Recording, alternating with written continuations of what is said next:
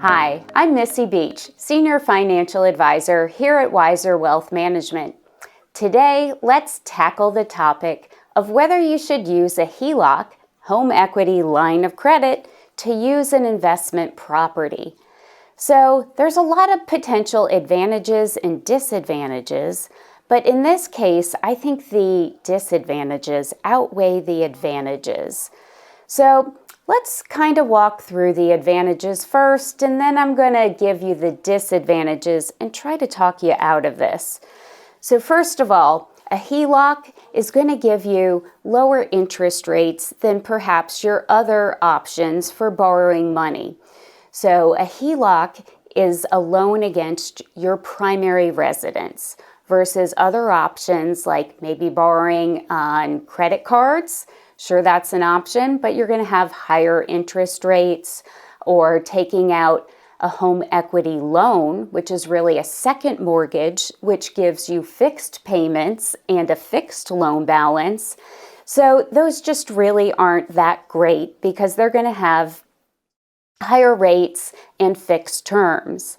So there's potential tax deductibility of the loan depending on your investment situation and your tax return.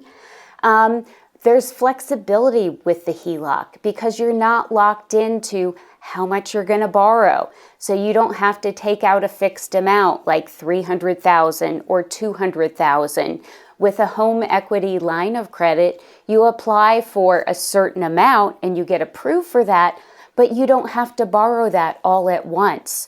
You can take out as much as you need over time, which might be appropriate if you're fixing up an investment property and you need to pull from that line at different amounts during the construction process or the renovation process.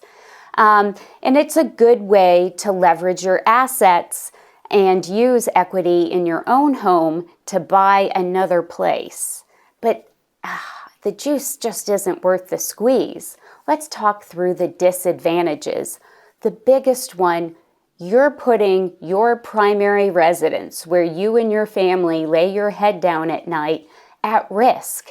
Because if you default on that home equity loan because or line of credit and you're not paying those payments on time because, heaven forbid, your investment property isn't rented out and you're not generating revenue to pay off the HELOC every month, your primary residence is at risk, and they can come in, sweep away your primary residence, you're out of a home.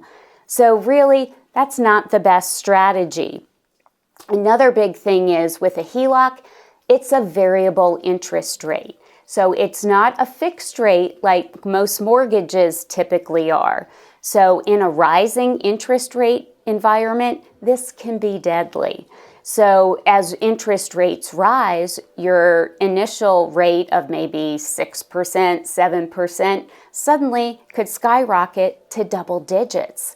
And so those what might be comfortable payments suddenly are payments that are way outside your budget and might not fit into that cash flow that you've projected for this investment property and the rental income that it's generating.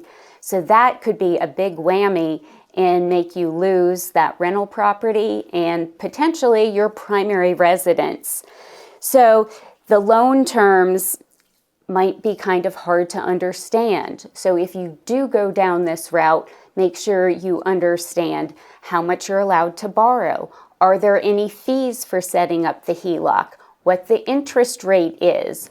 How that interest rate adjusts, what base rate the HELOC is set upon, and how much that can vary. Some only vary a certain amount over that base rate and maybe might be capped. So you might know your maximum rate that could adjust, and if you're comfortable with that level, you might be okay. But in the long run, again, it's just not worth putting your home where you sleep at night at risk to leverage that in terms of buying an investment property. So at Wiser, we always go back to the core strategies of making sure everything's in line. So first of all, make sure you've paid off any other debt outside of your primary mortgage.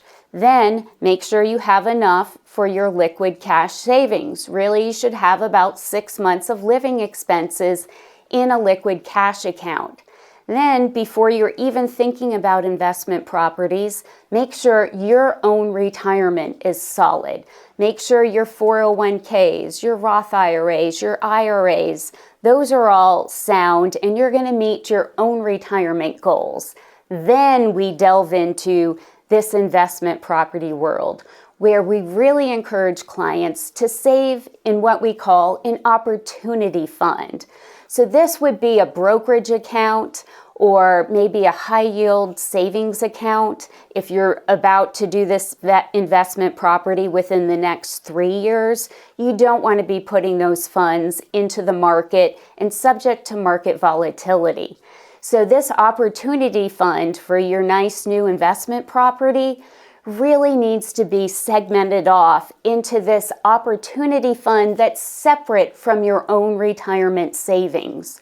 So you don't want to put anything that's for you and your family at risk to take on this investment property opportunity that's just going to enhance your retirement.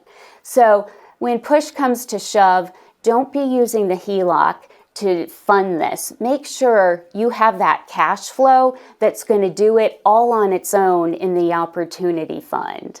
So that's my tip of the day. Don't use leverage to put yourself in a position that could be catastrophic. If you have any further questions, just reach out to your financial advisor here at Wiser Wealth. We're here to help. Thanks for listening.